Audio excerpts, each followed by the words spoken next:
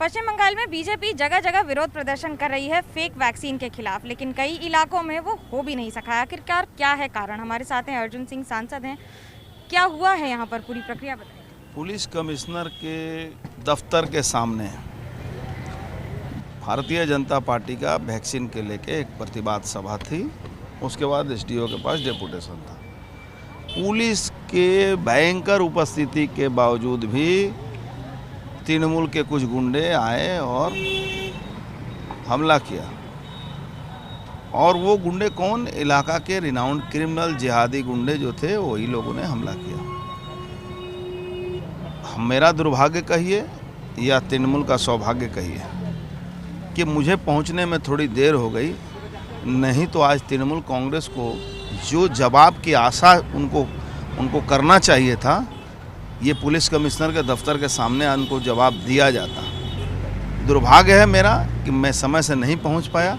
हमारे कई कार्यकर्ता, महिला कार्यकर्ता घायल हैं और हमारे कई युवा मोर्चा के कार्यकर्ता घायल हैं और पुलिस वहां मूक दर्शक बन के तमाशा देख रही है। हिंसा की ये तस्वीरों में आप भी शामिल होना चाहते हैं क्या? देखिए, हिंसा तभी तक हिंसा रहती है जब बर्दाश्त करने लायक हो। भारत के कानून में सेल्फ डिफेंस बोल का एक शब्द है, वो हर आदमी के लिए लागू होता है, चाहे वो एक छोटा बच्चा हो, चाहे वो एक पॉलिटिशियन हो। कितना दिन तक लोग मार खाएंगे?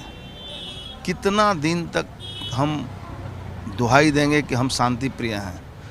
अब सर से ऊपर पानी बह रहा है और तृणमूल कांग्रेस को मैं खुलेआम चैलेंज कर रहा हूं कि बैरकपुर के किसी भी कार्यकर्ता के ऊपर अगर आने वाले दिन में किसी भी आंदोलन करेंगे, पुलिस रोकेगी, पुलिस मारेगी। ये कानून का दायरे में रहकर काम करती है, लेकिन जब गुंडे पुलिस बनकर मारना शुरू करेंगे तो उसको सही जवाब देने के लिए हम लोग भी तैयार हैं। आप ही के ज़िले में एक्सप्लोजिव्स बरामद हो रहे हैं एक के बाद एक, तो वहीं आतंकवादी गिरफ्तार हो रहे हैं। कैसे देखते हैं इसको? देखिए, मेरा जिला बॉर्डर इलाका है और बंगाल सेफ पैसेज है, और जिस जगह पर आप यहाँ बात कर रही हैं ये कैंटोनमेंट इलाका है।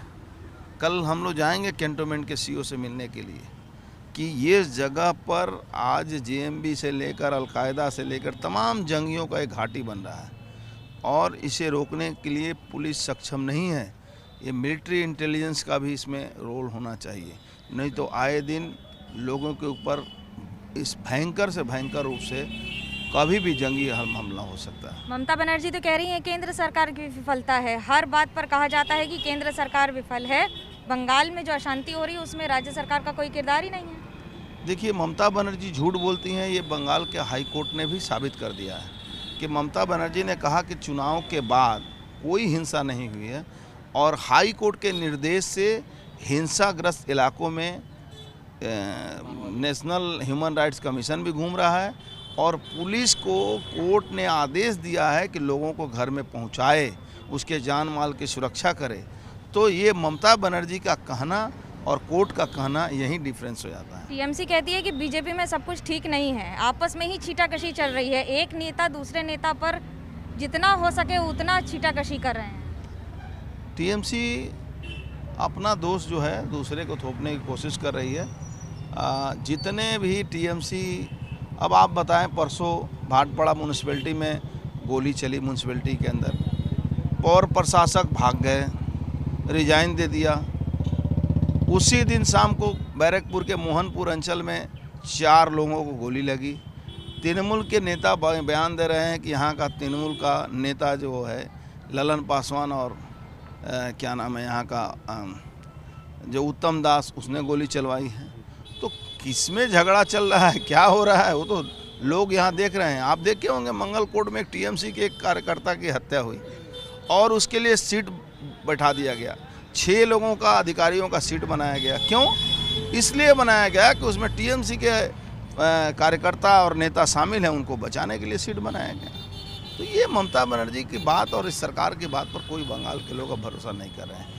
लेकिन अगर आपको जिस तरह से छीटाकशी हो रही है, बीजेपी में सब कुछ ठीक है, लोग छोड़ छोड़ के वापस टीएमसी जा रहे हैं। नहीं, बीजेपी से जो लोग जा रहे हैं वो कहीं ना कहीं उनको ये लगता था कि चुनाव में बीजेपी आ जाएगी तो वो सुविधा के लिए यहाँ आए थे, अब उनको लगा कि सरकार नहीं आई तो फिर सुविधा के लिए वहाँ चले गए। तो ऐसे आयरम गैरम राजनीति में दिखाई देते हैं, कोई देर बात नहीं।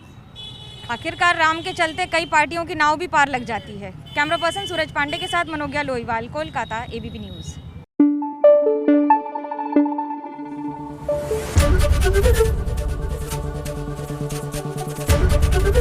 एबीपी न्यूज़ आपको रखे आगे।